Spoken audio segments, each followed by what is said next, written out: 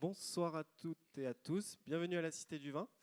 On est ravis de vous accueillir ce soir dans notre événement de la programmation culturelle et d'accueillir les Vendanges du Savoir pour une nouvelle conférence.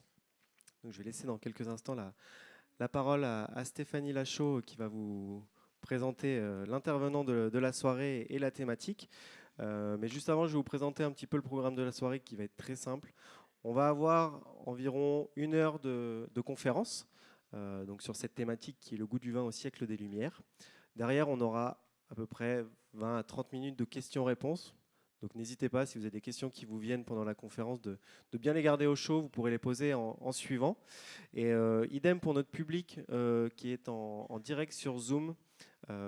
N'hésitez pas à nous faire part de toutes vos remarques, qu'elles soient techniques dans un premier temps dans la rubrique Q&R.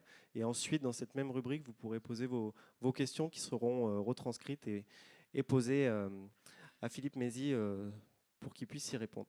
Voilà, bon, je vais laisser la parole à Stéphanie Lachaud et je vous souhaite à toutes et à tous une très très belle conférence et une belle soirée. Merci à vous. Merci beaucoup. Bonsoir à toutes et à tous. Merci à la Cité du Vin, effectivement, qui nous permet d'accueillir ce soir Philippe Mézy dans le cadre du cycle des conférences mensuelles des Vendanges du Savoir, piloté, comme vous le savez, par l'Institut des sciences de la vigne et du vin, l'Université de Bordeaux et l'Université Bordeaux-Montaigne. Alors ce soir, nous avons la chance d'accueillir Philippe Mézy, qui est historien de l'Université Bordeaux-Montaigne, historien moderniste, c'est-à-dire spécialiste des XVIIe, XVIIIe et même ses recherches vont jusqu'au début du XIXe siècle. Il a largement travaillé sur l'alimentation et plus généralement encore ce qu'on pourrait appeler les cultures alimentaires. Et c'est la raison pour laquelle son intervention me semble fort pertinente et très utile pour notre connaissance du vin ce soir. C'est parce que finalement le vin s'inscrit pas seulement ou doit pas seulement être compris comme une boisson, bien évidemment, mais plus encore comme un bien de consommation qui s'inscrit dans un ensemble de pratiques alimentaires, de pratiques culturelles, de pratiques sociales également, qui participent à en faire un produit bien sûr distinctif, mais pas seulement. Et le siècle des Lumières, c'est-à-dire le XVIIIe siècle, est une période d'élaboration de pratiques nouvelles et aussi peut-être de goûts nouveaux autour du vin, ce dont il va nous parler aujourd'hui. Donc je vais lui laisser la parole pour une 55 minutes, 1 heure de conférence. Bonne conférence à toutes et à tous. Merci. Merci, merci Stéphanie pour cette présentation. Je suis ravi d'être là ce soir pour vous présenter donc cette conférence sur le goût du vin au siècle des Lumières. Et comme vient de le rappeler Stéphanie, je viens de l'histoire de l'alimentation, mais l'alimentation inclut aussi évidemment les boissons et le vin en premier lieu. Et je voudrais peut-être commencer par rappeler que ici on a une difficulté assez commune, à la fois à l'historien du vin et à l'historien de l'alimentation, c'est qu'il est très difficile de reconstituer les goûts du passé. Les aliments, le vin, sont des biens éphémères. Une fois qu'on les a consommés, ils disparaissent. Et donc, on n'a pas conservé, ou rarement, des aliments du passé ou des vins du passé, même si parfois, au fond des océans, dans des navires qui ont fait naufrage, on va retrouver des bouteilles de vin de Bordeaux, des bouteilles de vin de Champagne du XVIIIe siècle. Eh bien, même ces vins-là, finalement, il est difficile de savoir quel goût ils avaient au XVIIIe siècle. Aujourd'hui, c'est le goût de vins qui vont avoir 200 ou 300 ans. Donc, à partir du moment où on s'intéresse à cette question du goût, on aborde un objet relativement complexe. Et il m'a semblé que le XVIIIe siècle représentait une époque particulièrement intéressante pour réfléchir sur cette notion de goût. C'est vraiment un terrain propice. Et j'ai mis un premier tableau que vous retrouvez dans l'exposition permanente de Philippe Mercier, le jeune dégustateur, qui est un tableau du début XVIIIe siècle d'un peintre anglais, qui représente à mes yeux assez bien ce qui se passe durant cette période. Si on regarde ce tableau, on y retrouve finalement les ingrédients qui vont faire le goût du vin. On y voit des éléments techniques, que ce soit le tire-bouchon qui est posé devant le jeune garçon, que ce soit la bouteille clissée qu'il tient sous le bras, que ce soit le verre de forme conique qu'on retrouve assez fréquemment dans la peinture du XVIIIe siècle lorsqu'il s'agit de consommer du vin. On y voit un vin rouge léger, style clairé, tout à fait caractéristique de la production bordelaise. Mais finalement, ce qui va m'intéresser ce soir, c'est finalement son regard, la manière dont il aborde le vin, la manière dont il essaye de l'apprécier, de le juger, de voir sa couleur, éventuellement son odeur. Et donc cette dimension culturelle qui caractérise un petit peu ce tableau à travers le regard du jeune garçon, me semble être quelque chose qu'il convient de prendre en compte à partir du moment où on veut réfléchir sur le choix en matière de vin. Qu'est-ce qui guide au XVIIIe siècle, au siècle des Lumières, les choix en matière de vin? Eh bien, il y a évidemment des fondements techniques que je n'aborderai pas aujourd'hui, mais il y a cette dimension culturelle tout à fait importante. Et au XVIIIe siècle, ce que je voudrais vous montrer ce soir, c'est l'idée que ce rapport au vin, ce rapport culturel, cette valorisation du vin, cette réflexion sur le vin, cette appréciation du vin, à travers la notion de goût, prennent une place tout à fait importante. Et si je prends un autre tableau peut-être moins célèbre, du même peintre, Philippe Mercier, intitulé celui-ci « Le sens du goût » et un petit peu plus tardif, on retrouve nos éléments, la bouteille, le verre, le vin, ici versé. Et ce tableau illustre aussi la notion qui va être associée au goût au XVIIIe siècle, c'est la notion de plaisir. Si vous regardez le corps des différents personnages, on a plutôt des attitudes, on va dire, relâchées. On n'est pas sur des postures figées, bien au contraire. Et on a aussi sur la table un certain nombre de produits, en dehors du vin, qui représentent aussi le plaisir. Des fruits que vous voyez au premier plan, et puis des sorbets que vous voyez au second plan. Et le vin va accompagner ces produits, ces saveurs sucrées qui sont extrêmement recherchées au XVIIIe siècle. Donc l'idée, c'est de réfléchir sur le goût du vin dans un ensemble plus large qui est la culture alimentaire de cette époque, c'est-à-dire de comprendre quelle est la place du vin dans ce système alimentaire, comment s'expliquent les choix en matière de vin. Et la notion de goût, qui est une notion polysémique, est vraiment, je dirais, l'outil utile pour ce type d'approche. Alors, le terme de goût, c'est un terme assez complexe. Je ne veux pas trop m'attarder là-dessus. Je ne veux pas vous lire, évidemment, la citation en entier, mais je vous ai mis ici un extrait du dictionnaire de l'Académie française de 1762 qui fait, je dirais, le point un petit peu sur les différents sens du terme de goût. Le goût, avant tout, c'est un sens, au même titre que l'ouïe, que l'odorat. Et c'est la première définition qui apparaît, que vous retrouvez soulignée notamment dans la première partie de la définition. Mais la notion de goût, c'est aussi connaître les caractéristiques, la saveur d'un aliment ou la saveur d'un vin. Ce n'est pas simplement le sens qui permet d'y accéder, c'est aussi ces caractéristiques-là. Et si vous regardez un petit peu plus loin dans la citation, apparaît aussi la notion de jugement, de discernement. Donc le goût, c'est aussi une appréciation. Être capable d'apprécier quelque chose, être capable de juger quelque chose. Donc vous voyez qu'on a une multitude de sens à ce terme de goût. Et il ne faut pas oublier que jusqu'à la fin du XVIIe siècle, le goût faisait partie des sens qui étaient méprisés, qui renvoyaient à l'animalité. Le goût, au Moyen-Âge, encore à la Renaissance, ça renvoie au péché de gourmandise, c'est-à-dire quelque chose qui est de l'ordre de l'excès. L'excès de consommation de vin, l'excès de boisson, l'excès de nourriture. La gourmandise est synonyme alors de goinfrerie. Avec le XVIIIe siècle, et c'est pour ça qu'on a une période très intéressante lorsqu'on s'intéresse au goût du vin, eh bien, les choses changent. On a une valorisation progressive qui va s'opérer du goût, qui devient un sens de plus en plus valorisé. Auparavant, les sens valorisés, c'était notamment la vue, et ça renvoie à la peinture, et c'était notamment l'ouïe, et ça renvoie à la musique.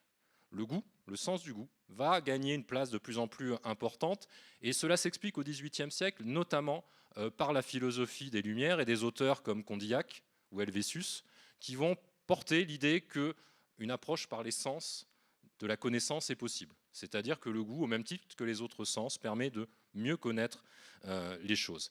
Et ces évolutions-là, on les voit très bien dans l'encyclopédie de Diderot et d'Alembert, dans l'article goût. Ce n'est qu'un extrait, vous voyez que le goût est considéré comme un sens admirable. Donc vous voyez, on est dans une rupture très importante par rapport aux périodes antérieures dans le sens du goût. Et je vous ai mis une autre partie de l'article goût, où il est dit qu'on a du goût pour la musique et pour la peinture comme pour les ragoûts. Et je pourrais ajouter et pour le vin. Donc vous voyez, on met sur le même plan la cuisine, le vin, la peinture, la musique. Donc on est dans une valorisation culturelle tout à fait nouvelle qui va complètement changer la manière dont les élites sociales vont aborder leur rapport au vin. Et c'est quelque chose qui permet de mieux comprendre les choix.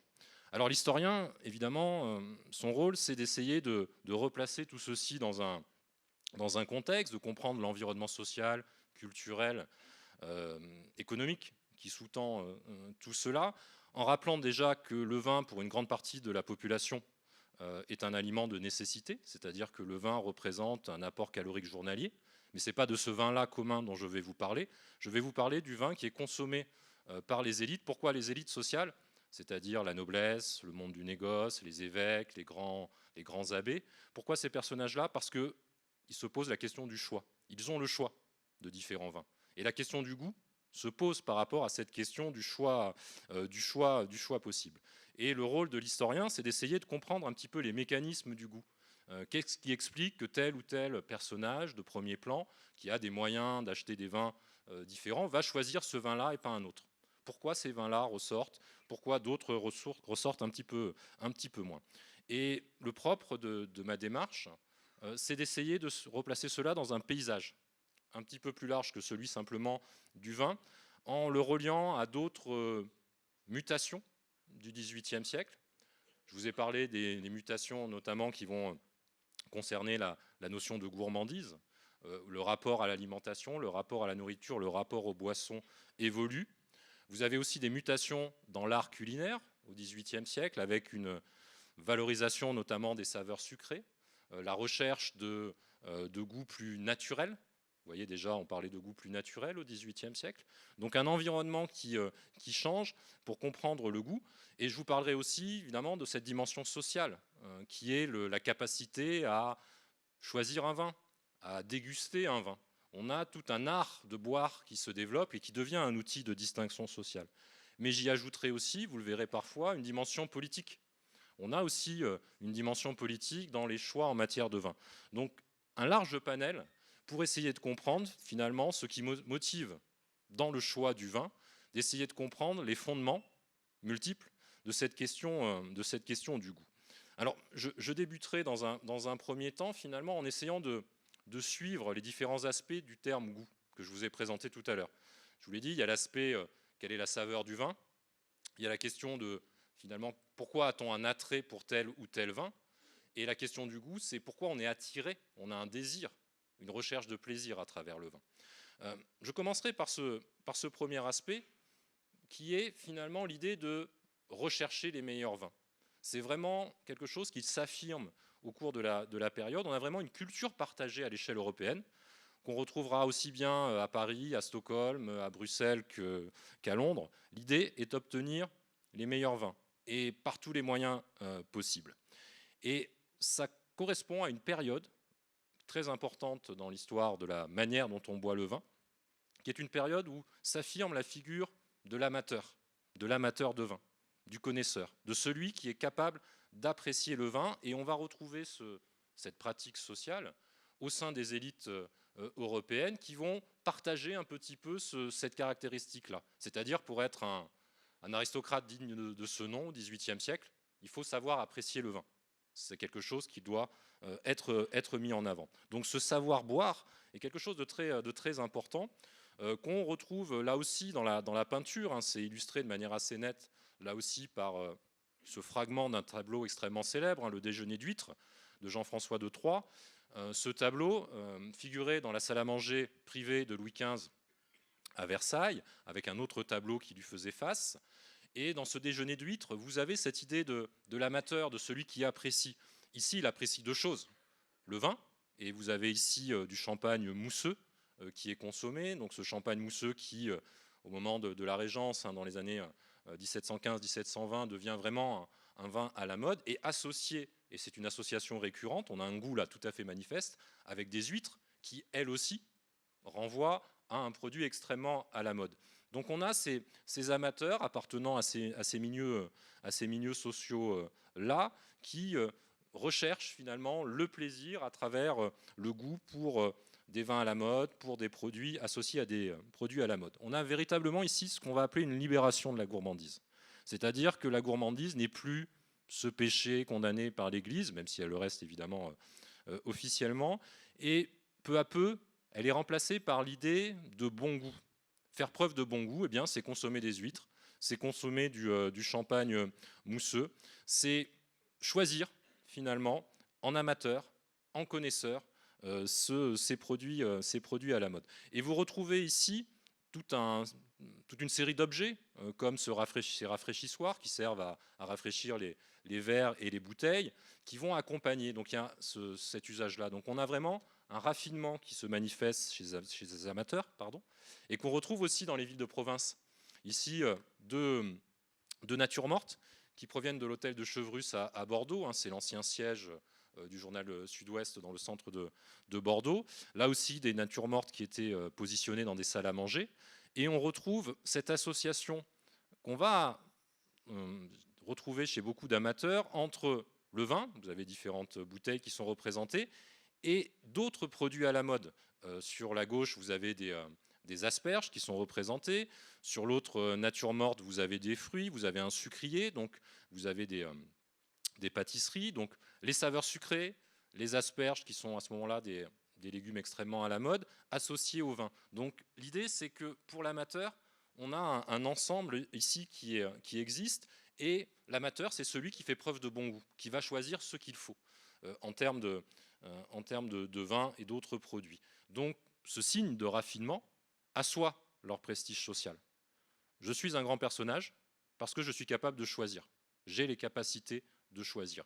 Et au sein des élites européennes, on va véritablement avoir cette culture partagée. Et il y a quelque chose qui le montre très bien, c'est notamment ce qui va se passer dans les espaces coloniaux du XVIIIe siècle, dans les colonies françaises ou dans les colonies anglaises ou espagnoles. Lorsque des grands personnages comme celui-ci, dit le marquis d'Artiguette, qui est en fait Jean-Baptiste Martin d'Artiguette d'Iron, qui est le directeur de la Compagnie des Indes occidentales. Ce personnage va vivre une partie de sa vie en Louisiane pour ses fonctions. Il va vivre plusieurs années là-bas. Et vous voyez la manière dont il est représenté ? Eh bien, il est représenté comme dans le tableau précédent de Mercier. On retrouve la même chose, la bouteille, le regard, etc. Il se représente comme un amateur. Et dans les espaces coloniaux, où on a ici l'idée véritablement de porter un modèle de civilisation, et ce modèle de civilisation du XVIIIe siècle, du siècle des Lumières, intègre l'idée d'être quelqu'un capable d'apprécier le vin. Et concrètement, en Nouvelle-France, par exemple, à Québec, les administrateurs français qui appartiennent à la noblesse, que ce soit le gouverneur ou l'intendant, eh bien, dans leur livre de compte, on voit apparaître donc à Québec des achats de vins. Ils vont faire venir des vins de Haut-Brion, ils vont faire venir des vins de Navarre, des vins des Canaries, des vins de Frontignan. L'idée étant qu'il faut porter, dans la logique coloniale, un modèle de civilisation. Il s'agit de se démarquer de la population locale qui, elle, ne va pas boire de vin. Donc on est vraiment dans cette idée-là que le bon goût fait partie des attributs des élites sociales du XVIIIe siècle. Et pour ce faire, c'est la deuxième idée, eh bien, ils vont mettre en œuvre tous les moyens pour se procurer les meilleurs vins. Et lorsqu'on regarde les correspondances de grands nobles, ou d'abbés ou d'évêques, très souvent, on va retrouver des lettres sur lesquelles j'ai eu l'occasion de travailler, qui vont parler du vin, des vins qu'ils veulent, des vins qu'ils veulent acheter, des vendanges. Ils vont s'informer sur les vendanges à venir pour savoir si le vin sera bon. Donc on a vraiment des préoccupations très très fortes et une attention toute particulière au vin. On pourrait multiplier les exemples, j'en prendrai un seul pour rester dans un exemple bordelais. Vous avez ici l'extrait d'une lettre adressée par l'abbé Gaudin au maréchal de Richelieu. Le maréchal de Richelieu, on est en 1774, est un personnage de premier plan qui vit entre Bordeaux et la cour. C'est le maire de Bordeaux, c'est le gouverneur de Bordeaux, et il exerce aussi un rôle important à la cour. On le retrouve aussi dans l'entourage du roi. Et l'abbé Gaudin est son homme de confiance à Bordeaux. Et vous voyez dans cette lettre qu'il évoque l'envoi de bouteilles de vin de Margaux et de vin de Haut-Brion. dans des bouteilles qui ne sont pas marquées au nom du vin, mais qui sont marquées au nom de son propriétaire. Et vous voyez bien comment la dimension sociale, ici, elle est très forte. Ce qui compte avant tout, c'est qui va être le consommateur. Et là, le consommateur est un personnage de premier plan. Vous voyez bien aussi, à la fin de la citation, lorsqu'il est dit « cette précaution, il ne sera plus possible qu'on puisse changer votre vin », suggère qu'au cours du transport, il y a parfois quelques problèmes qui peuvent surgir et que les vins peuvent être remplacés. Mais une lettre comme celle-là montre toute l'attention du maréchal de Richelieu pour obtenir tel ou tel vin. Vous voyez, ce n'est pas n'importe quel vin, ce sont des vins clairement identifiés qu'il veut obtenir.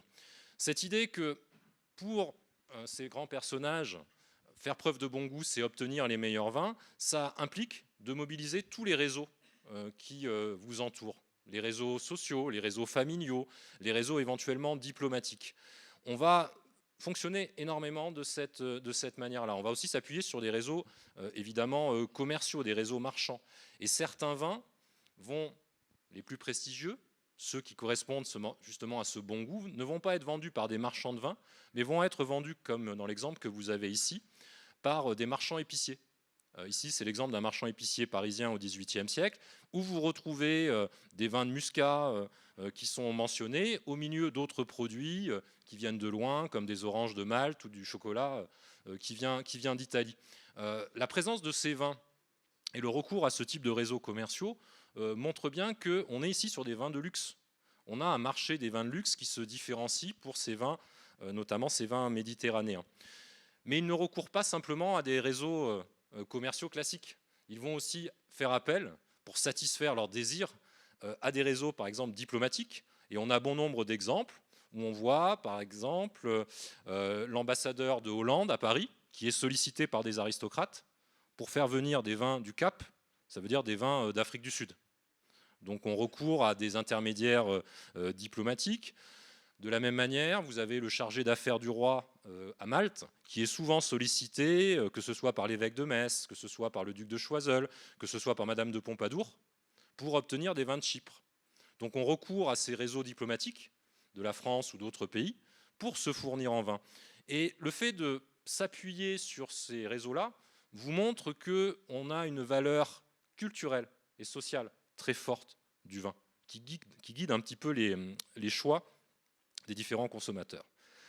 Le dernier indice qui montre cette recherche des vins les meilleurs et ce goût pour des vins de luxe, des vins singuliers, des vins rares ou des vins qui coûtent évidemment cher, eh bien c'est la constitution de caves et la gestion de caves. Au XVIIIe siècle apparaissent chez les élites sociales, chez des personnages de premier plan, des caves extrêmement bien constituées avec des livres de caves qui tiennent un inventaire assez précis des vins conservés. Et on va se retrouver avec des caves présentant une grande diversité de vins. Je prendrai cet exemple qui concerne donc le marquis de Brige. On est en 1765, on est dans son hôtel particulier à Versailles. Vous avez un état des vins qui est dressé. Et on a une liste extrêmement détaillée des vins qui va identifier les vins, la plupart d'entre eux avec une provenance, parfois avec un nom de propriétaire, généralement avec les quantités en termes de bouteilles, et des distinctions très nettes où on va distinguer tel ou tel type de vin. C'est la suite de cet inventaire. Vous avez par exemple une rubrique qu'on va retrouver dans d'autres caves, ce sont les vins de liqueur. Donc vous voyez qu'on est dans la logique du collectionneur. C'est vraiment cette logique-là. Ces aristocrates vont avoir des centaines, voire des milliers de bouteilles et ils vont les ranger par catégorie. Cette catégorie de vins de liqueur, vous voyez, ici mentionne des vins extrêmement variés. Vous avez beaucoup de vins ibériques en particulier.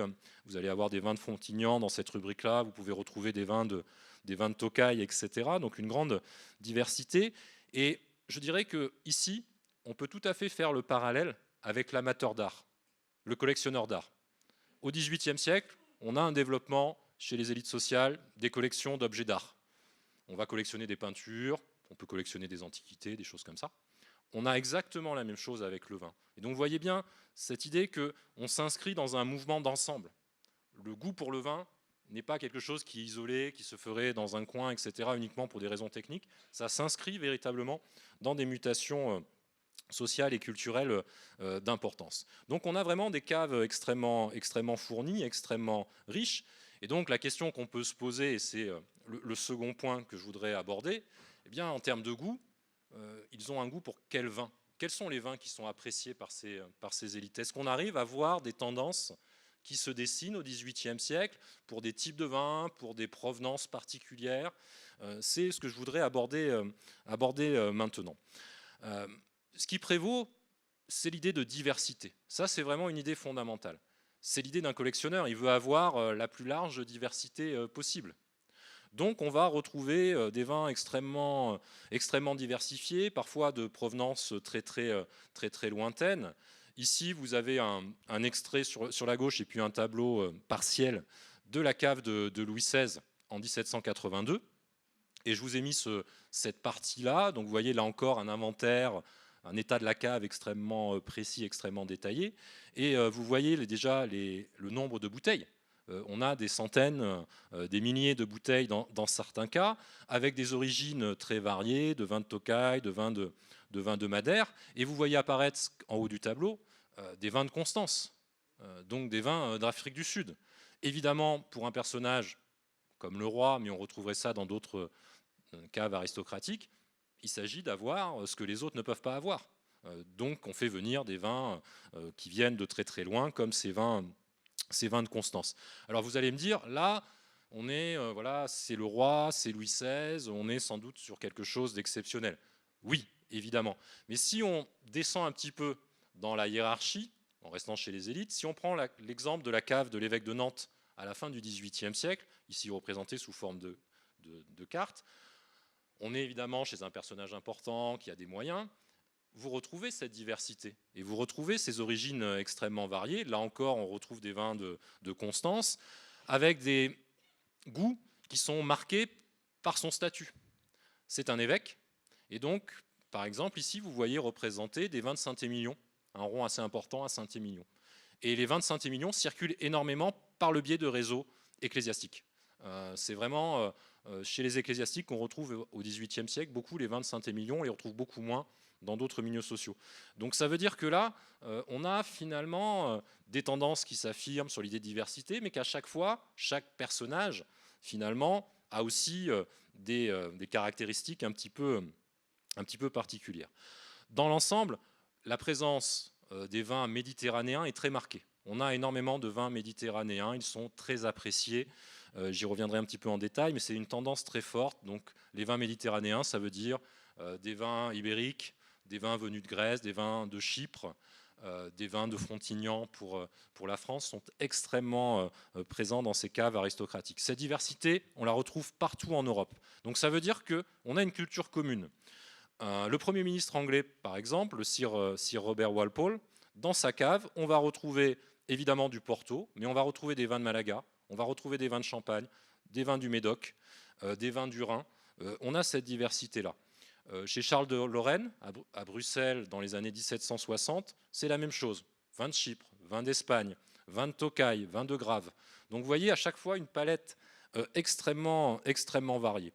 Donc des vins qui viennent de loin, qui coûtent cher, évidemment, mais ce qui est intéressant, c'est que leur goût porte aussi sur des vins plus communs, des vins qui sont des vins plus de proximité, si j'ose dire. La cave du duc d'Aiguillon en 1782, ici est assez intéressante. Alors c'est la cave du duc d'Aiguillon lorsqu'il est en exil, dans son château d'Aiguillon, donc dans le Lot-et-Garonne aujourd'hui.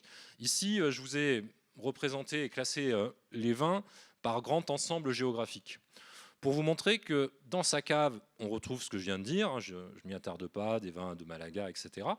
Mais vous retrouvez aussi, c'est la première rubrique, des vins du sud-ouest, des vins de proximité. Vous allez retrouver des vins évidemment du Bordelais, de différentes origines, mais aussi des vins de Cap-Breton, des vins de Jurançon.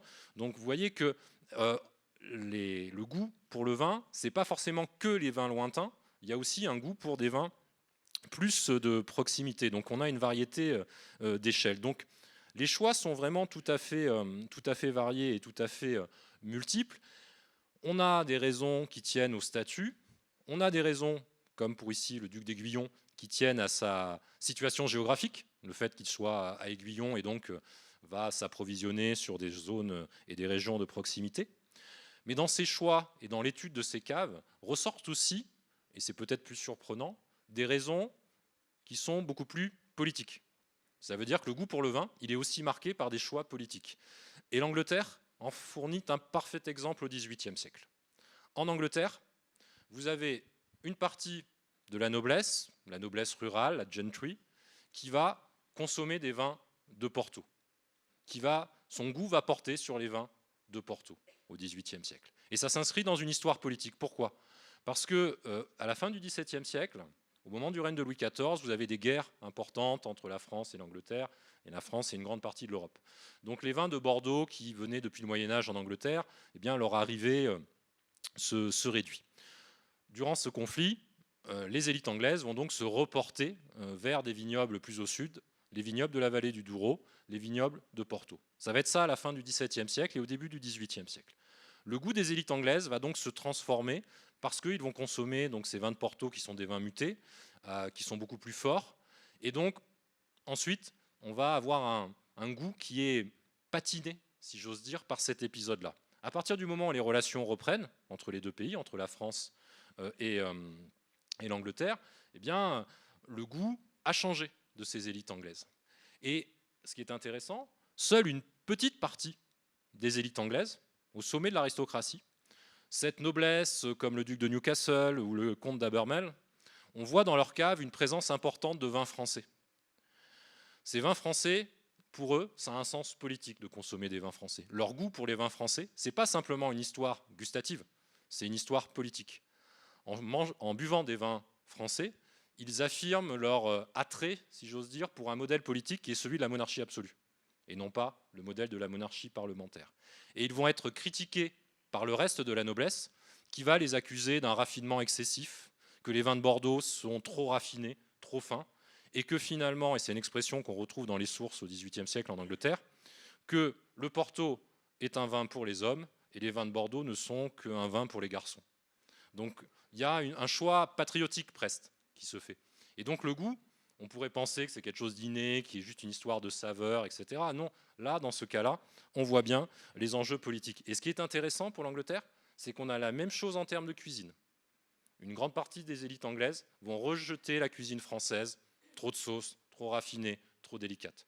Et vont défendre une cuisine anglaise plus roborative, plus simple, par opposition au goût français. Donc on a ici des enjeux qui sont politiques et qui viennent marquer les goûts pour le vin.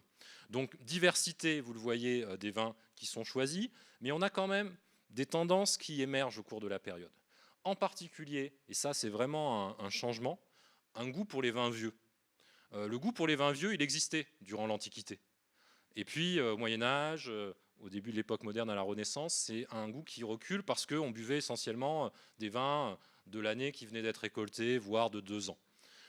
Au XVIIIe siècle, on va avoir de plus en plus de vins vieux qui vont être consommés, notamment parce qu'il y a des progrès techniques en termes de vinification, hein, je laisse ça de côté aujourd'hui, et puis surtout parce que vous avez le développement de la bouteille en verre, qui devient moins chère, plus résistante, et donc ces caves que je vous ai montrées, comme celle du duc d'Aiguillon, vous le voyez, eh bien, contiennent bon nombre de vins en bouteille, non plus simplement en barrique, mais en bouteille.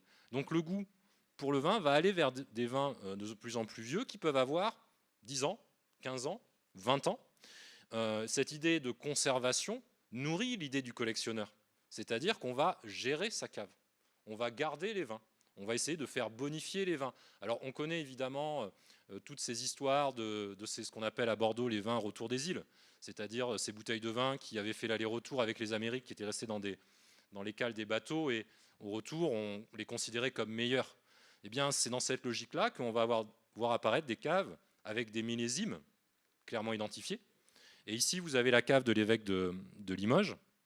Donc là aussi, un personnage de premier plan.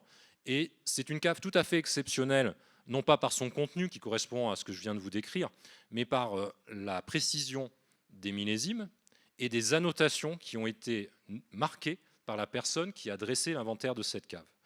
Vous avez des mentions comme bon, vous avez des mentions comme... alors attendez, je ne le vois pas, comme médiocre, doux, etc., gâté. Donc, et vous voyez que si vous mettez en rapport avec la date, ce n'est pas forcément ceux qui sont gâtés qui sont les plus anciens. Et vous en avez qui sont considérés comme bons et qui sont plus vieux. Et puis surtout, vous avez une mention qui est tout à fait intéressante et qui montre qu'on est dans un goût pour le vin vieux et dans un nouveau rapport au vin. C'est la notation que vous avez dans la colonne de droite, à attendre. Il y a marqué à attendre pour un vin qui est de 1772. Donc on est en 1786.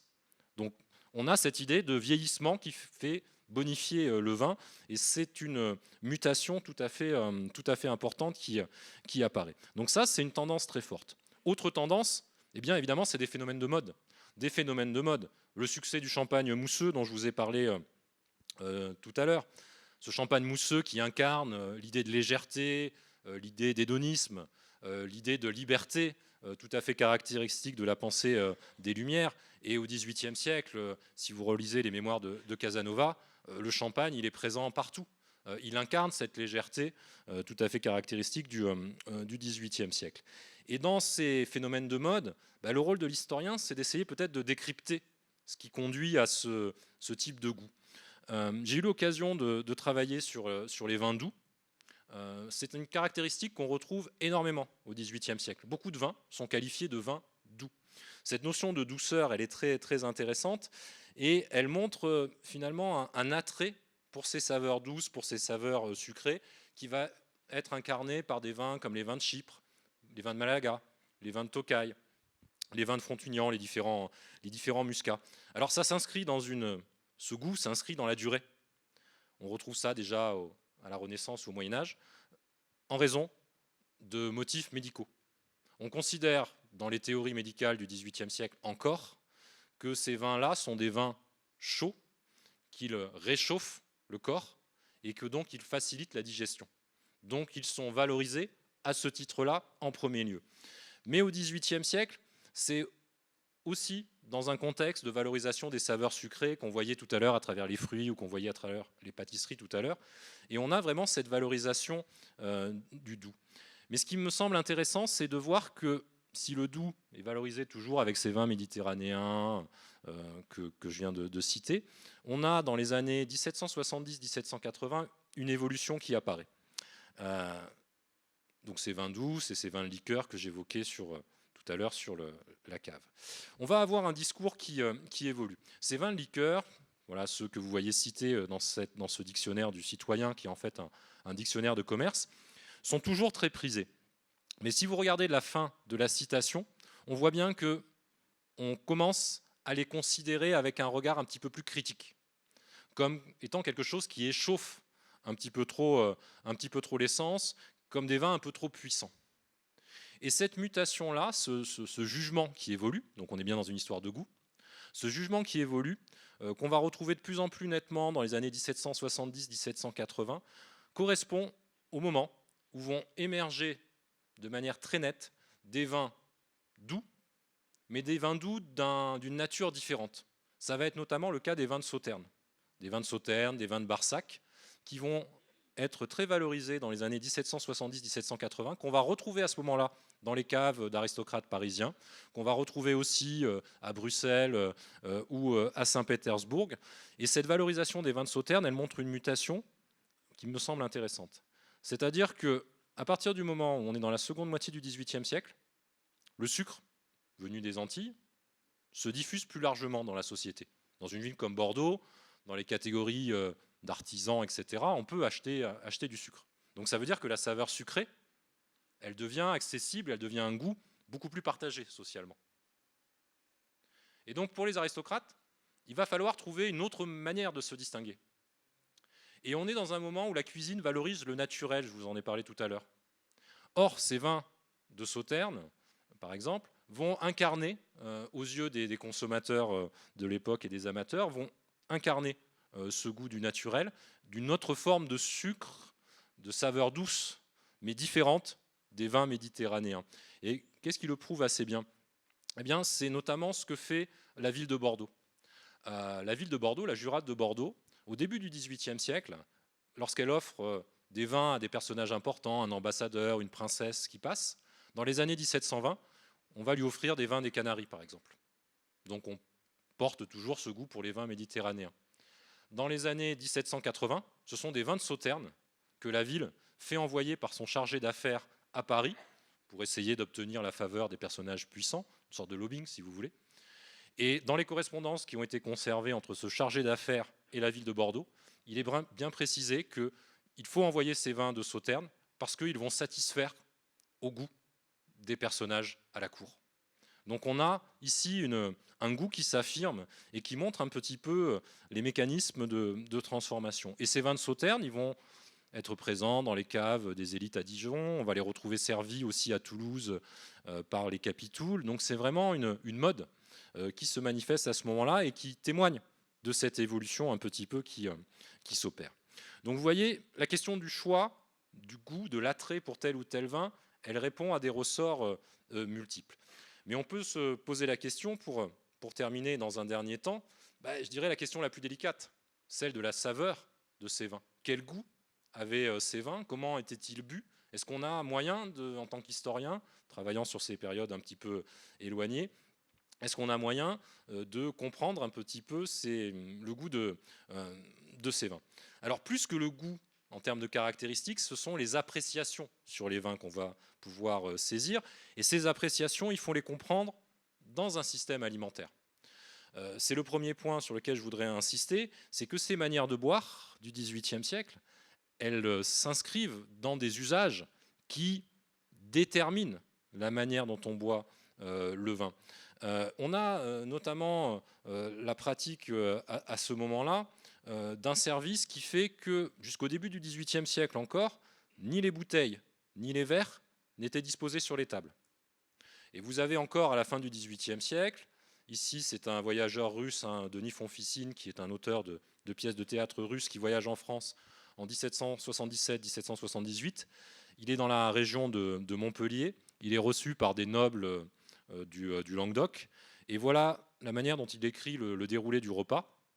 Donc un repas d'environ 70 couverts, et il évoque cette manière donc de servir qui fait que jusqu'au milieu du XVIIIe siècle, on a ces pratiques qui perdurent, où il faut faire appel à un domestique qui va, sur un buffet, aller chercher la bouteille de vin, qui va vous amener le vin sur un plateau, le verre, il va vous servir, et ça veut dire qu'un verre va servir pour plusieurs convives. Donc ça veut dire qu'il vous le présente et que vous devez le boire en une fois et qu'après il repart pour servir quelqu'un d'autre éventuellement. Donc le rapport au vin, vous voyez, était conditionné par ces usages de service qui perdurent encore mais qui sont en train d'évoluer. Et on a en effet ici un changement qui s'opère en France comme ailleurs, puisque je vous parle véritablement de phénomènes européens. Ici, c'est l'extrait d'un ouvrage sur la Pologne et sur les mœurs des magnats polonais, c'est-à-dire de la noblesse polonaise. Vous voyez, l'auteur, Józef Kitowicz, distingue deux périodes, c'est-à-dire la période d'avant où on partageait le verre, et on voit bien que maintenant, là, ça commence, en termes d'hygiène en particulier, à poser des problèmes. On est au XVIIIe siècle. Et il montre cette mutation où, peu à peu, les bouteilles, les verres, vont être posés devant chaque convive. Et là, vous comprenez bien que la manière de déguster le vin, elle change. Là, vous n'êtes plus obligé de boire d'une traite. Le verre, il est devant vous, vous pouvez vous servir. Vous pouvez boire gorgée par gorgée. C'est totalement différent. On a vraiment une modification très importante qui va s'accompagner d'une diversification des objets liés à la consommation du vin, les rafraîchissoirs dont je vous ai parlé tout à l'heure. Boire des vins frais, c'est extrêmement prisé parce que tout simplement, obtenir des glaçons à Bordeaux au XVIIIe siècle, c'est quelque chose qui relève du luxe. Donc être capable de faire rafraîchir son verre dans un gobelet contenant de la glace au XVIIIe siècle, c'est vraiment quelque chose qui est un signe de distinction. On va voir apparaître également, toute fin du XVIIIe siècle, des verres qui commencent à se spécialiser, des verres à vin d'entremets, des verres à vin de liqueur qui commencent à voir le jour. Donc on a ces évolutions-là qui sont tout à fait intéressantes. La deuxième évolution, qui permet de comprendre un petit peu la saveur du vin, c'est l'enrichissement du vocabulaire par rapport au goût du vin. On a jusqu'alors, jusqu'au XVIIIe siècle, énormément de vocabulaire, de qualificatifs qui vont décrire les défauts du vin, ce qui ne va pas. Trop sec, trop râpeux, etc. Là, on a un élargissement du vocabulaire qui se fait jour, et le développement du goût pour le vin s'accompagne d'un enrichissement des manières de décrire. Et ici, vous avez un voyageur bordelais qui est un avocat bordelais qui se rend donc en Béarn et en Labourd en 1765 et qui, avec les personnes qu'il rencontre dans cette région, va développer des comparaisons autour des vins. Et vous voyez ici la description des vins de Grave, des vins du Médoc qui ont plus de parfum, de sève, de moelle, les vins de Carbonieux, de Céron, de Barsac, etc., qui sont évoqués. On a ici un vocabulaire qui s'enrichit. Thomas Jefferson, par exemple, évoque le muscat de Frontignan qu'il apprécie beaucoup avec un goût de pois. On a des voyageurs qui évoquent le léger arôme de truffe des vins de Jurançon. Donc cet enrichissement du vocabulaire témoigne d'un rapport de plus en plus complexe au vin qui apparaît à ce moment-là. Et on a, par exemple ici, cet ambassadeur de Saxe-Pologne qui vous décrit les vins de Tokaï avec grande précision. Vous donnant des indications, voilà, ce sont des vins secs et violents, il distingue un certain nombre d'entre eux, et il parle de l'essence. Et aujourd'hui, il existe dans le vignoble de Tokaï, dans la gradation des vins hongrois de Tokaï, vous avez l'Essentia, qui aujourd'hui sont des vins avec 450 grammes de sucre par litre et qui sont conservés 3 ans minimum. Vous voyez, ici, on est déjà dans ces distinctions qui se font jour avec voilà, à la fois l'aspect de la couleur, l'aspect du goût, avec une petite pointe d'aromate, vous voyez, qu'il évoque. Cet enrichissement du vocabulaire témoigne qu'on est passé à autre chose dans le rapport, dans le rapport au vin. C'est quelque chose d'assez significatif. Et évidemment, ça s'accompagne de hiérarchies qu'on retrouve dans les dictionnaires de commerce. Vous voyez, parmi les vins de France, ceux de Bourgogne et de Champagne tiennent le premier rang. Donc on a des ensembles, on va dire, régionaux. Et à l'intérieur, le Clos de Vougeot et le Chambertin sont des vins d'un goût distingué. On retrouve cette notion de goût avec beaucoup de réputation. Et ce qui m'intéresse, c'est ce que vous avez à la fin. Au reste, on est obligé de reconnaître que ces deux sortes de vins, quoique d'une qualité supérieure, doivent en partie leur prix à la fantaisie du riche consommateur. On voit bien que c'est du côté de la demande, on voit bien que c'est du côté des connaisseurs, on voit bien que c'est du côté des amateurs qu'en partie les hiérarchies se fondent, se distinguent au XVIIIe siècle, et que ces vins, ce sont des vins qui sont dits des vins de qualité. Si ce sont des vins au sommet de la hiérarchie, c'est parce qu'ils sont consommés par des personnages de premier rang. Et on a une imprégnation finalement du statut du consommateur et de celui du vin. Et pour aller un petit peu plus loin dans ces réflexions sur les qualificatifs, ce sera mon dernier point, bien, on peut essayer d'aborder la question très, très délicate de quel pouvait être le goût de ces vins. Est-ce qu'on peut reconstituer le goût de ces vins? Est-ce qu'on peut voir des associations avec des mets, par exemple, avec des aliments? C'est extrêmement difficile, en particulier parce qu'au XVIIIe siècle encore, on est dans le cadre, notamment pour l'association avec les mets, du service à la française. Le service à la française implique que, à chaque service, les entrées, les entremets, les rots, le dessert, etc., tous les plats sont disposés en même temps sur la table. Donc ça veut dire concrètement que chacun choisit du plat qu'il veut ou des plats qu'il veut. Concrètement, chaque convive ne mange pas en même temps la même chose. Donc l'association entre les mets et les vins est très difficile à faire dans le cadre de ces repas, et on ne peut pas voir ces associations de saveurs entre le goût du vin, la saveur des aliments. C'est extrêmement difficile. On peut la saisir en revanche lorsqu'on n'est pas dans le cadre d'un repas, lorsqu'on est par exemple dans le cadre de collations. Et ça, c'est un usage très répandu au XVIIIe siècle. Là, ça représente la famille de monsieur et madame de Bourgogne. Donc on est dans les milieux de la cour. Et ici, on a une association au moment d'une collation tout à fait caractéristique qui va associer des vins, donc ces fameux vins doux, ces vins de liqueur, style Malaga, Chypre ou Frontignan, qui vont être associés ici avec des saveurs sucrées. Et il est d'usage, par exemple, de tremper des gaufrettes dans ces vins doux. Donc il y a une association sucré-sucré. On est vraiment dans cette logique-là, mais là, on n'est pas dans le cadre d'un repas. On retrouve aussi, le tableau que je vous ai montré tout à l'heure, l'association champagne, vin, les huîtres, pardon, et le champagne sont une association tout à fait récurrente. Donc on a parfois ce type d'association-là, mais c'est extrêmement difficile à saisir. Quant au goût du vin, eh bien, au-delà de ces associations, on a des annotations qui sont récurrentes. Et on va voir apparaître, par exemple, à propos du sauterne, très souvent, au XVIIIe siècle, on va caractériser les vins de sauterne comme ayant un goût de pierre à fusil. Donc goût de pierre à fusil, hein, c'est comme de silex qu'on frotte. Donc c'est quelque chose qui renvoie plutôt à la minéralité des vins blancs. Aujourd'hui, on va l'employer pour caractériser des vins comme les vins de Chablis, par exemple. Donc ça vous montre que le goût du sauterne, ce sauterne du XVIIIe siècle, il n'a rien à voir avec le goût des sauternes d'aujourd'hui, avec des taux de sucre qui évidemment ne sont pas tout à fait les mêmes. Donc on retrouve ce type d'annotation, mais c'est extrêmement rare. Donc finalement, l'historien, là-dessus, il ne peut pas rentrer dans la bouteille. Il ne peut pas rentrer dans la bouteille du XVIIIe siècle. Il ne peut faire que sur le discours autour du vin, les appréciations autour du vin. Donc au final, ce goût du vin au siècle des Lumières me semble faire apparaître l'idée de liberté de choix, qui devient quelque chose de tout à fait caractéristique, parce qu'on a une amélioration des réseaux de transport, parce qu'on a une diversification des productions de vin, bien évidemment, mais aussi parce qu'il y a cette recherche d'une gamme élargie de vins par des consommateurs qui sont des amateurs. Et donc, ça va aller des vins de champagne mousseux jusqu'aux vins méditerranéens, en passant par des vins rouges plus tanniques de Bordeaux. Il n'y a pas de normes à ce moment-là dans la définition des vins, ni dans l'association entre les mets et le vin. On est vraiment dans un univers finalement de liberté aussi, où le plaisir prévaut chez ces élites, dans la consommation de vin, que ce s'agisse de vin de dessert, de vin d'entremets. On est vraiment dans un univers gustatif où la liberté prévaut. Avec le 19e siècle, si on avance un peu dans le temps, on va rentrer dans un cadre un peu plus précis.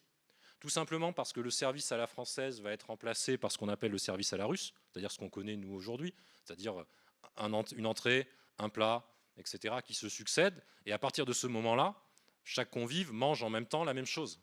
Et donc, on va pouvoir avoir une association entre les mets et les vins qui devient de plus en plus nette. Et l'approche du goût va s'entourer de prétentions scientifiques, notamment avec des auteurs gastronomes comme Brillat-Savarin et sa physiologie du goût. On voit alors apparaître, et je vous mets ici un extrait, des ouvrages comme celui de Joubert sur les manières de servir et de soigner les vins, où là, on va avoir des associations, tel vin à tel moment, avec tel ou tel plat. Et vous retrouvez, par exemple, le sauterne consommé avec les huîtres, qui est une association qu'on voit déjà au XVIIIe siècle, qui vous montre là encore, qui suggère que les associations de saveurs ne sont pas les mêmes, mais surtout que les vins ne sont pas évidemment les mêmes. Donc on va entrer au XIXe siècle dans quelque chose qui est de plus en plus normé, y compris dans une dimension genrée. Regardez la fin de la citation, où finalement, les vins sucrés, on est au XIXe siècle, comme les vins de Tokai, de Rivesaltes, etc., en gros, c'est des vins pour les femmes. On est dans cette logique-là, qui n'était pas celle du XVIIIe siècle. Donc on normalise beaucoup plus les choses. Mais la dimension sociale que j'ai essayé de vous montrer, elle reste toujours très très forte. Le goût du vin, c'est la capacité à discerner ce qu'est un bon vin, à dire ce qu'est un bon vin. Au XVIIIe siècle, la philosophie, chez Kant, porte l'idée qu'on a la faculté de juger à partir de ses sens pour dire ce qui est beau. Mais c'est aussi dire ce qui est bon en termes de vin. Et les élites sociales portent cette idée qu'eux seuls ont la capacité à porter ce jugement avec justesse. On est dans cette idée-là, qui ne disparaît pas au XIXe siècle. Alors au XIXe siècle, ce seront toujours les élites sociales, ce seront de plus en plus les experts aussi qui vont porter ce discours-là, mais il reste très présent, y compris dans une ville comme Bordeaux, et je terminerai là-dessus, sur cette citation de Stendhal, qui est à Bordeaux au printemps 1838, reçu par les négociants, dans des milieux de négociants bordelais, et il écrit « Ce n'est pas une petite chose que de connaître les vins de Bordeaux. J'aime cet art ». Donc on voit bien que la dégustation du vin est devenue un art, parce qu'il n'aimait pas d'hypocrisie. On vous présente une bouteille de vin. Non seulement il faut nommer son cru, donc on diversifie les vins par l'origine, mais encore indiquer l'année, le millésime, où il a été récolté. Si l'on se trompe 2 fois de suite, on vous ferme la bouche.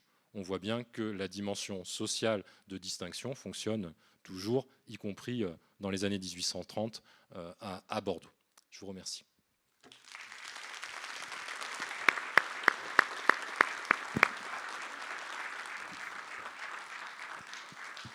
Merci beaucoup pour cette très belle conférence. On va passer aux questions-réponses. Donc j'ai un micro un peu particulier dans les mains qui va vous permettre de poser des questions. Vous pouvez vous le transmettre sans danger parce qu'il ne blesse pas. Voilà, juste faites attention aux caméras si vous devez faire une passe à proximité, de ne pas les envoyer dessus. Mais voilà, donc il faudra juste bien parler proche du micro. Et pour toutes les personnes qui sont sur Zoom, comme je l'ai annoncé en début de conférence, on va retranscrire toutes les questions à Stéphanie Lachaud qui les posera ensuite à Philippe Mézy. Merci. Qui souhaite poser une question en premier? Monsieur, vous êtes prêt?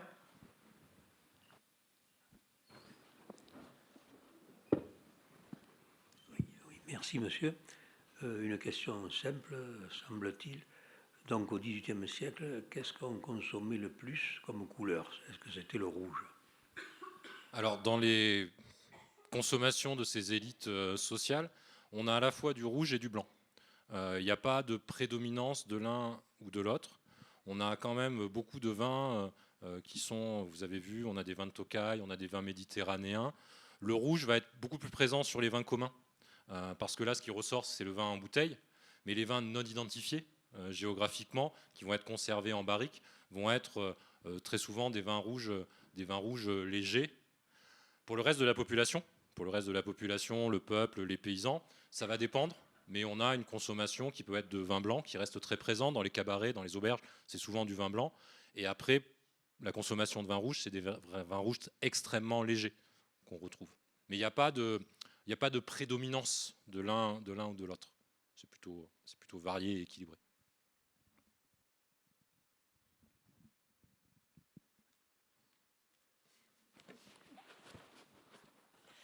Bonsoir, moi je voulais savoir si dans vos recherches vous avez trouvé des documents qui pourraient témoigner d'un goût pour le vin mais féminin, des correspondances où la place de la femme j'imagine était différente et ce que vous avez retrouvé c'est rédigé par des hommes.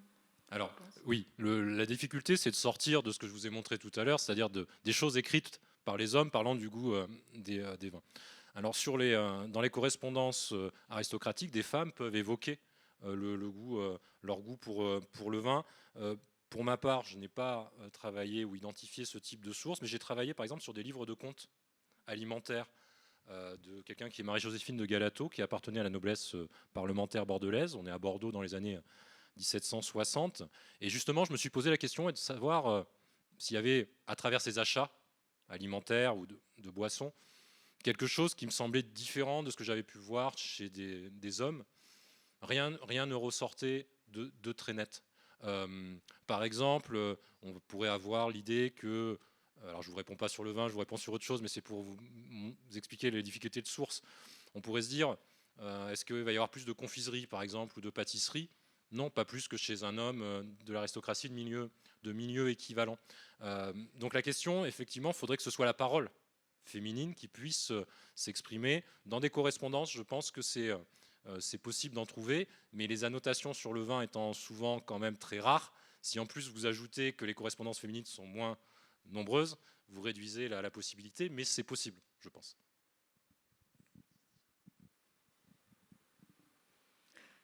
Alors, en Zoom, j'ai une question qui porte sur le vin rosé, pour savoir si c'est un type de vin qui existait ou pas. Donc ça, c'est peut-être une question première. Et ensuite, moi, j'en avais une autre pour rebondir et laisser peut-être à la salle le temps d'en avoir davantage qui émergent. Tu as parlé, par exemple, du duc d'Aiguillon qui avait dans sa cave pas mal de vins du sud-ouest. Donc, peut-être l'idée qu'il y aurait des goûts régionaux ou des cultures, on va dire, alimentaires et de dégustation de type régional. Là, c'est assez logique. On est en sud-ouest. Est-ce que dans les régions où on produit peu, où il n'y a ou du moins pas trop de vin, on a quand même cet approvisionnement de proximité, ou est-ce qu'on élargit beaucoup plus? Voilà, est-ce que tu peux approfondir peut-être cet aspect approvisionnement qui n'est pas tout à fait anodin, parce que ça a un coût quand même encore beaucoup au XVIIIe siècle de faire venir du vin d'ailleurs? Alors pour le vin rosé, hein, vous l'avez peut-être vu dans un des inventaires de cave, il y a la mention de vin rosé. Je crois que même c'est des vins rosés de Margaux qui sont mentionnés. En fait, c'est des vins rouges légers. C'est pas des rosés sur le plan technique tels qu'on les connaît aujourd'hui.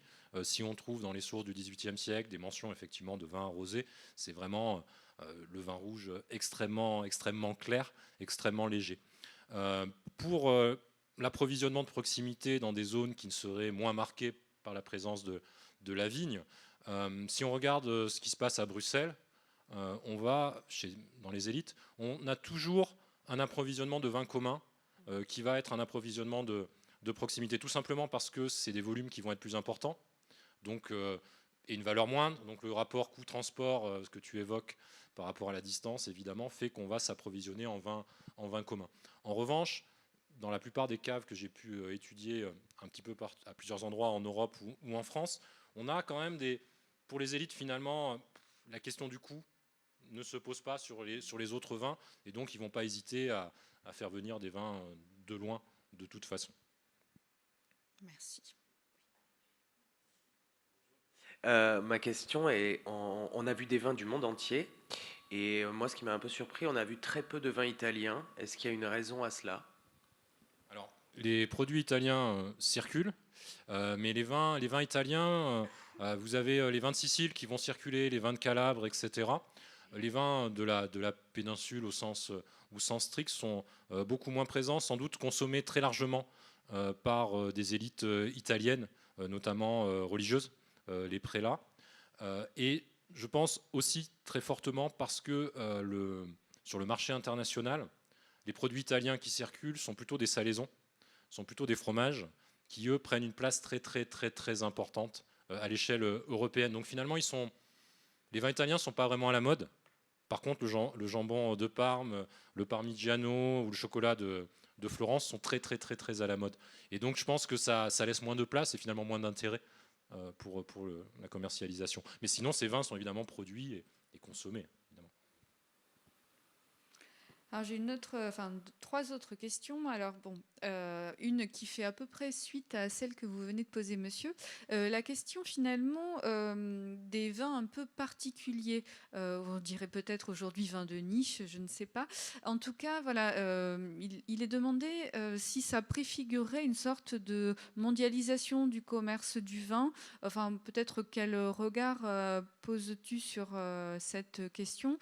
Et ensuite, une autre question qui va un petit peu au-delà de ton propos, c'est par rapport à la question du modèle, à savoir si la Révolution française, avec l'émergence d'une élite un peu plus bourgeoise et la rupture avec le modèle aristocratique, s'est traduit par de nouvelles pratiques de consommation, ou si, au contraire, on a eu un mimétisme par rapport au modèle des Lumières. Alors sur la circulation des vins et la mondialisation, les amphores de l'Antiquité grecque, les amphores grecs de vins grecs qu'on va retrouver un petit peu partout sur le bassin méditerranéen montrent déjà la force des échanges. Donc je dirais qu'au XVIIIe siècle, et à partir du XVIIe siècle, notamment avec le développement de la marine et des capacités de transport, on a des quantités vraiment très très importantes de vins qui circulent. Et pour vous donner juste peut-être, sans vouloir vous abreuver de chiffres, mais un ordre d'idée, il faut penser que dans le port de Danzig, donc sur la Baltique au XVIIIe siècle, on a à peu près 80% des vins qui arrivent sont des vins français. À Amsterdam, on est à 90% de vins français qui arrivent. Donc on est vraiment dans des échanges très très importants durant cette période. Par contre, la question des vins singuliers est vraiment, sans parler de vins de niche, mais je parlerai plutôt de vins singuliers, émerge au XVIIIe siècle avec cette idée qu'on a des vins aux caractéristiques qui s'affirment. Puisque justement, on a des consommateurs qui sont des consommateurs avisés, ou en tout cas qui se considèrent comme tels. On va avoir une diversité de vins avec des caractéristiques différentes pour répondre à des besoins différents. Et donc on a des vins effectivement qui techniquement aussi répondent à des pratiques différentes, des vins mutés, des vins de paillage, etc., des vins très très différents. Mais on a l'idée que voilà, chaque vin est différent, porté par la notion de cru ou la notion de clos en Bourgogne par exemple, montre cette idée-là. On a une individualisation qui s'opère de manière de plus en plus nette.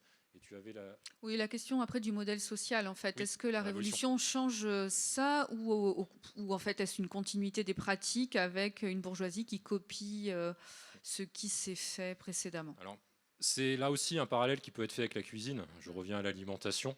Dans les deux cas, ça marche de la même manière. Les élites émergentes vont vouloir copier l'aristocratie. Et vous avez un auteur assez célèbre qui est Grimaud de la Reynière, qui écrit au début du 19e siècle un almanach des gourmands.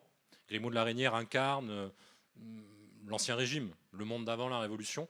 Et dans l'almanach des gourmands, il explique, que ce soit pour les aliments ou pour le vin, je vais vous expliquer la manière dont il faut choisir, à qui il faut s'adresser, chez qui il faut se fournir. Vous ne savez pas bien faire, vous êtes des élites émergentes, je vais vous expliquer comment il faut faire.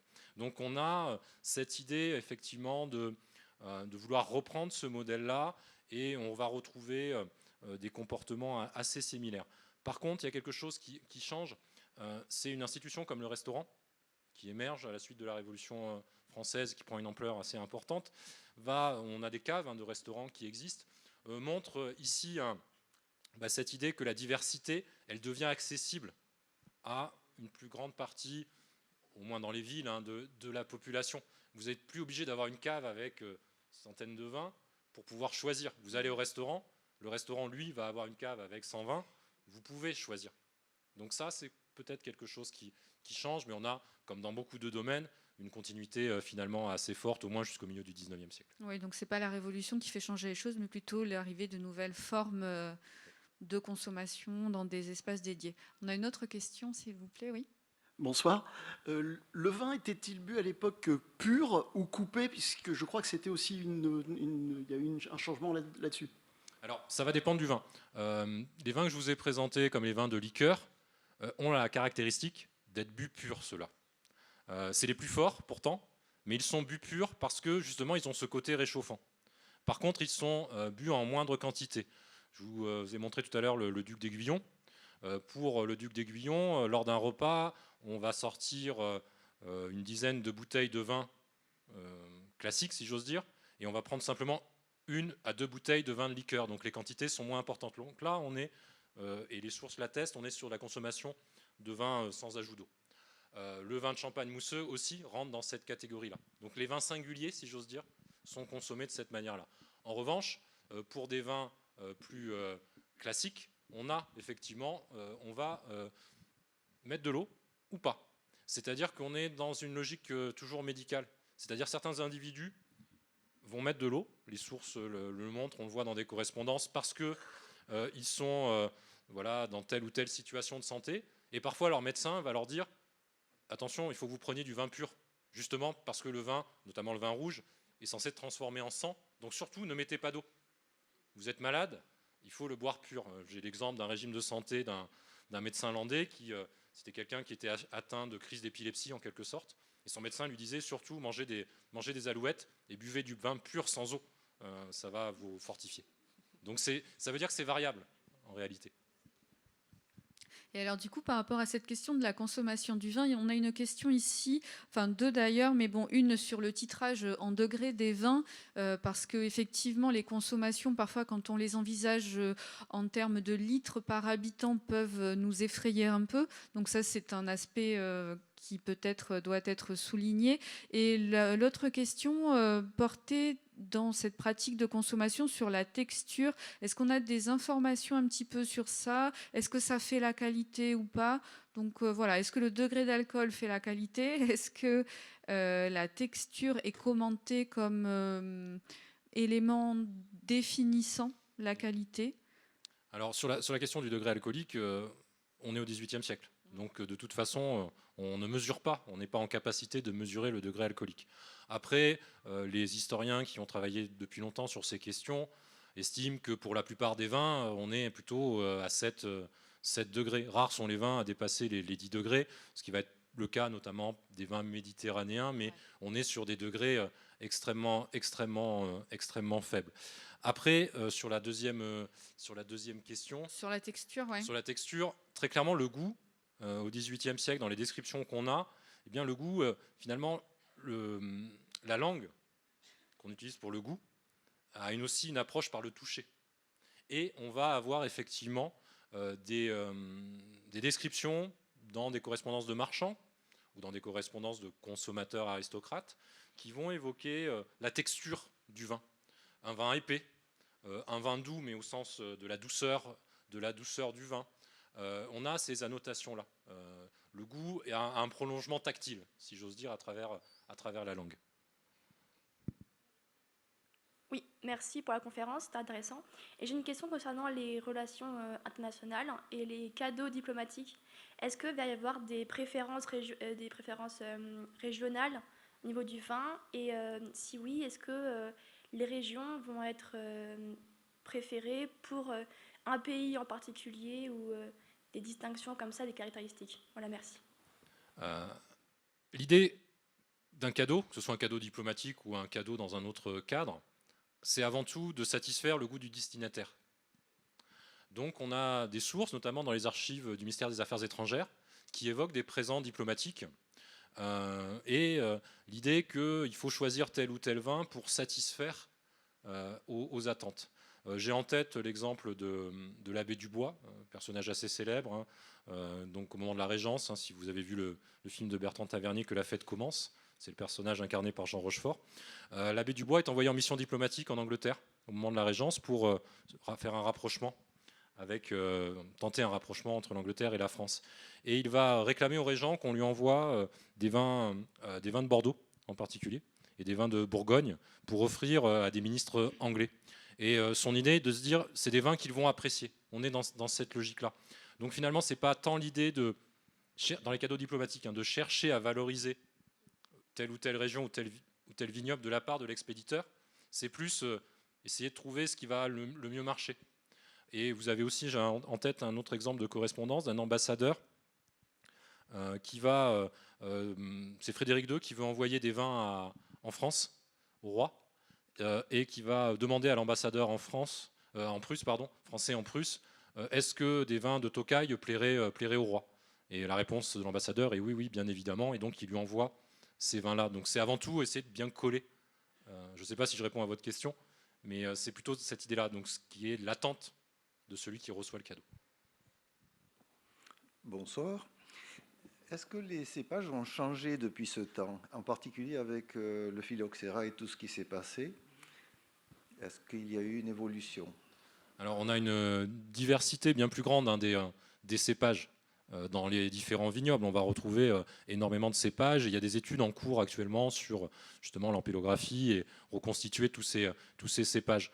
Donc cette diversité, elle prévaut, même si on va avoir des cépages qui vont peu à peu s'affirmer, mais on a une diversité bien plus forte. Et de toute façon, comme on est avant le phylloxéra, on n'est évidemment pas sur des porte-greffes. On est sur des cépages endémiques qui sont présents. Alors cette question, elle est intéressante parce qu'elle permet de peut-être en poser une dernière, en tout cas pour celle qui était sur Zoom. Tu as montré à plusieurs reprises finalement ce qu'était aussi un cheminement historique à travers une question qui peut sembler simple, mais à laquelle il est compliqué d'apporter des réponses par par des preuves en fait fournies par la documentation historique. Et finalement, quand on voit des noms comme Sauterne ou Chambertin, qu'est-ce qu'il y a derrière? Et du coup, ça fait écho à une question qui est posée là, c'est-à-dire la consommation de Sauterne avec les huîtres. Est-ce qu'on est sur du Sauterne doux? Est-ce qu'on est sur du liquoreux? Est-ce qu'on est sur du sec? Est-ce que tu as les moyens, par la documentation archivistique, d'affirmer quelque chose à ce sujet? Alors sur l'exemple du Sauterne qui accompagne les huîtres, évidemment, il est totalement impossible de reconstituer ce qui était, comme je vous l'ai dit, le goût au sens de saveur et caractéristiques intrinsèques du vin. En revanche, les annotations récurrentes qui évoquent le goût de pierre à fusil nous positionnent sur l'idée qu'on serait sur un vin beaucoup moins sucré, donc beaucoup moins proche d'un vin liquoreux, d'un Sauterne tel qu'on le connaît aujourd'hui.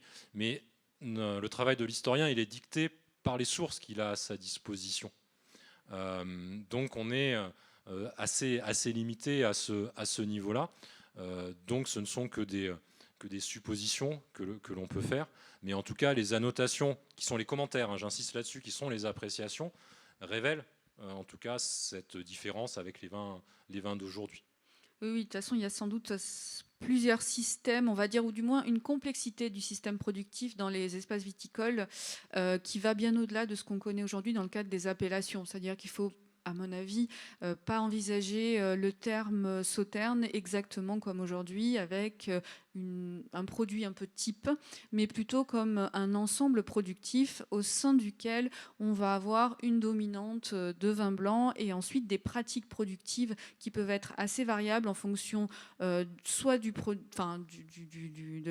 l'exploitation qui produit, soit même au sein d'une exploitation avec plusieurs niveaux qualitatifs.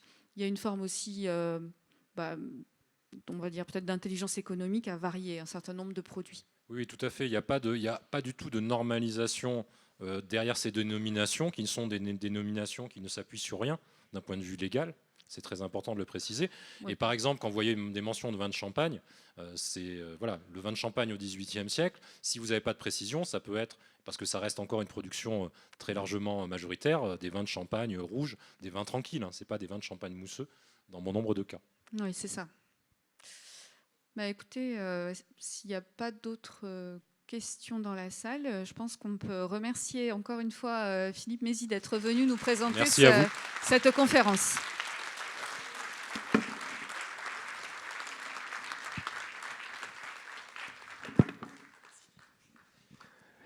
Effectivement, merci beaucoup pour cette belle conférence et pour toutes ces réponses à ces nombreuses questions. Merci à vous, j'espère que la conférence vous a plu. On vous a mis, c'est parti, mais la prochaine conférence sera le 2 avril sur la thématique du phylloxéra et ça sera présenté par Nathalie Ola, qui est aussi membre de l'ISEV.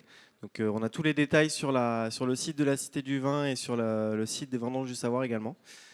Merci encore, très belle soirée, rentrez bien et je vous dis à très vite, à très bientôt sur la programmation culturelle. Merci beaucoup.